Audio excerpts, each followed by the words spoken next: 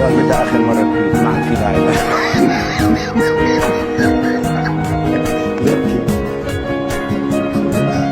غيت أصلا أكيد. هلا أنت لما جيت لعندي أول مرة كنت ناوي تتجوز ولا قرار إجا بعد اللقاء؟ كنت ناوي بس خبيت عليك. ليه؟ مع بعض الناس ما زال قرار كان عفوي لحظي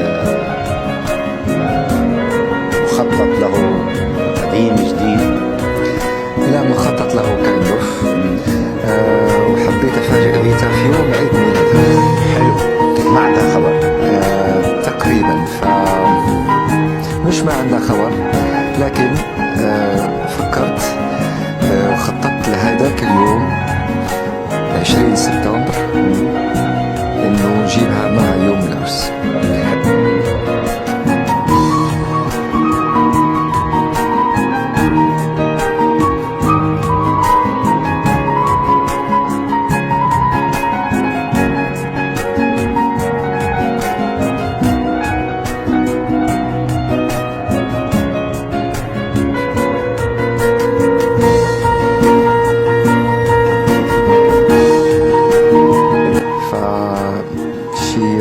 She was very happy. حب قديم ولا سنين؟ سنين، يس. سنين حب وتقدير، احترام. باللقاء اللي طلعت معي فيه هل كنت الصفات عم تحكيهم هن صفات غيتا؟ طبعا انا صحفي، لو صديقي سعد ما لها علاقه، يعني انا عندي شغلي مهم، بحبك بس شغلي بحب شغلي اكثر من انه انا قلت له خلينا ناخذ فيديو من غيتا، قال لي لا. طب نحكي انت وياها، قال لي لا. ليه؟ اول شيء مش انا اللي قلت لا لوحدي. غيتا ما بتحب تكون في الاضواء، وهذا احترم رايها وبس. يعني بس انتوا طلعتوا شويه اضواء لي، يعني to share with my fans، لانه حابب يعني ماي فانز يعيشوا معي هذه اللحظات الحلوة في حياتي. فعم شيرنا صور وفيديو فيه المومنتس الحلوين تبع العرس. لكن أظن إنه يعني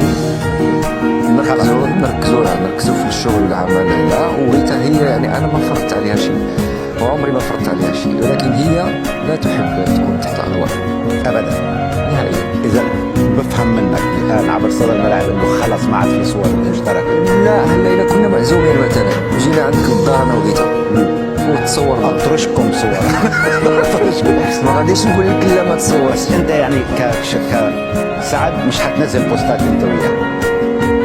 هلا مش فراغ، ممكن تطلع بالفالنتاين لو هي مزاج. ما كنت هلا طلعتها بالبرنامج ابن الحلال. والله يا كرم، it's her and me, it's not only me now. It's not only you now.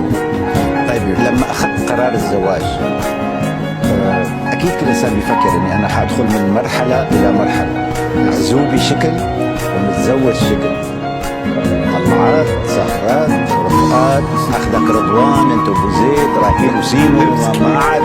رضوان أخذتهم هيك ليش؟ رضوان مسكين كيناس في 9 الليل 9 الليل بينام رضوان. لا بالعكس، لا ما في، الحمد لله. يعني مهتم بشغلي أكثر شيء، مهتم بالاستوديو. بفضل يعني حياتي اللي بستمتع بيها يعني هي في الرياضة وشغلي وفي الكونسرت. لما يكون عندي كونسرت بكون أسعد إنسان. في ستريس بس بكون سعيد جدا، بشتغل مشغول مثلك أبو كرم، مثلك exactly. لما تقدمت لها